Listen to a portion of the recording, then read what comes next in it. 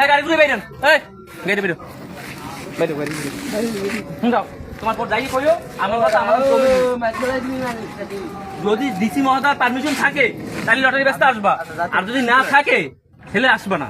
আমার কথা বলবা যাই তমিজুল কলাখালি তমিজুল বলছে, ঠিক আছে যাও।